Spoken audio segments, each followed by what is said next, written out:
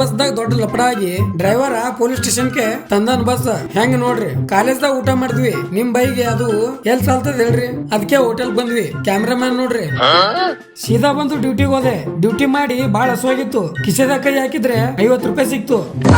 50 ರೂಪಾಯಲ್ಲಿ ಬಿಜಾಪುರ ಗಾಂಧಿ ಚೌಕ್ದಾಗ ಏನೆಲ್ಲ ಸಿಗ್ತದ ನೋಡಂ ಬರ್ರಿ. ಅಲ್ಲೇ ಮುಂದ್ ಪಾನಿಪುರಿ ಅಂಗಡಿ ಕಾಣ್ತು. ಬಾಳ ದಿನ ಆಯ್ತು ತಿಂದು ಅಂತ ಹೋಗಿ ತಗೊಂಡ್ ತಿಂದೆ.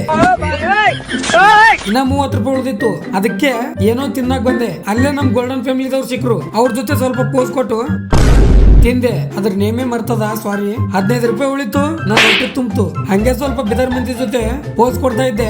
ಏನೋ ದೊಡ್ಡ ಲಪಡ ಆಗಿದೆ ಅಂತ ಡ್ರೈವರ್ ಸೀದಾ ಪೊಲೀಸ್ ಸ್ಟೇಷನ್ಗೆ ತಂದಾನ ಬಸ್. ಹಂಗ ಹಿಂಗ ಮಾಡಿ ಲಪಡ ಬಗೆ ಹಚ್ಚಿದ್ರು ಪೊಲೀಸರು. ನೈಟ್ ಕಟಿಂಗ್ ಮಾಡ್ಸಕಂತ ಹೊಂಟೆ. ಕಾನೂನು ಮುಗಿತಲ್ಲ. ನಮ್ ಕಾಲೇಜ್ದವ್ರಿಗೆ ಯಾಕೆ ಅರ್ಥ ಆಗ್ತಿಲ್ಲ ಏನೋ. ನಂದು ಇಷ್ಟು ಕಷ್ಟಪಟ್ಟು ವಿಡಿಯೋ ಮಾಡ್ತಾ ಇದ್ದೀನಿ. ಸಪೋರ್ಟ್ ಮಾಡ್ಲಿ.